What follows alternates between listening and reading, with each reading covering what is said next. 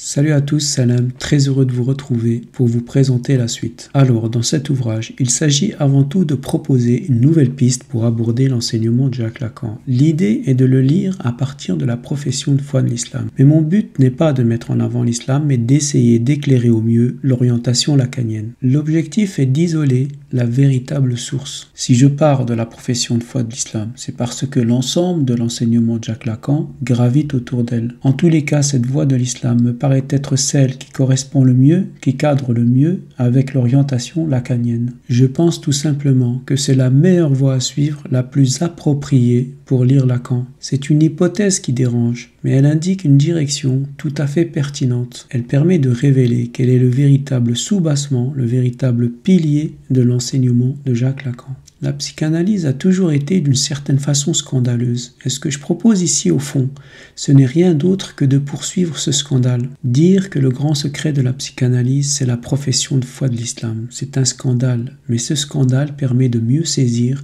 la véritable source d'où s'inspire Lacan pour concevoir son enseignement. Il n'y a pas d'autre de l'autre. Pendant longtemps, cette formule est restée pour moi un grand mystère. Mais maintenant, je la situe beaucoup plus précisément. Il y a là comme un secret, comme un savoir crypté qu'il faut savoir décrypter. Quand Lacan nous dit qu'il n'y a pas d'autre de l'autre, en fait, il ne fait que retraduire le « il n'y a pas d'autre Dieu que Dieu » de l'islam. Quand on écrit côte à côte « il n'y a pas d'autre de l'autre » et « il n'y a pas d'autre Dieu que Dieu », on voit tout de suite que ces deux formules avaient vocation à être rapprochées. Il faut être vraiment de mauvaise foi pour ne pas voir la similitude qu'il y a entre les deux formules. Pour comprendre l'enseignement de Jacques Lacan, il faut donc tout d'abord isoler cette formule « il n'y a pas d'autre de l'autre », car elle est, par rapport à tout ce qu'il a pu énoncer, d'une importance capitale. L'inconscient est structuré comme un langage. Beaucoup se sont focalisés là-dessus, mais cette voie ne mène nulle part, tout simplement parce que la méthode Lacan n'a pas pour but de déchiffrer l'inconscient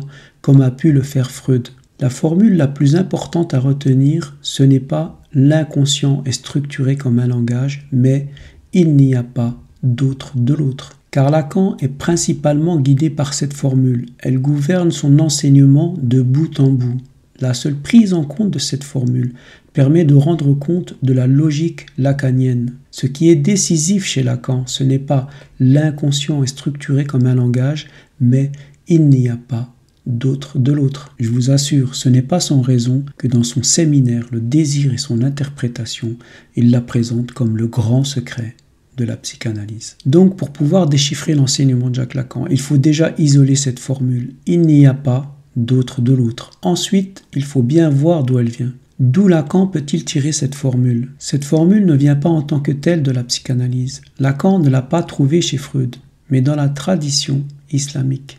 Il n'y a pas d'autre de l'autre n'est qu'une reprise de la profession de foi de l'islam, qu'une réécriture un peu masquée, rien d'autre. L'important est de voir l'homologie, la similitude qu'il y a entre les deux formules. Tous les « il n'y a pas » chez Lacan, il n'y a pas de nature, il n'y a pas d'essence de l'homme, il n'y a pas de rapport sexuel, ne font que reprendre le « il n'y a pas », la négation de la profession de foi de l'islam. Il n'y a pas d'autre de l'autre, n'est en fait que la profession de foi de l'islam transposée à la psychanalyse.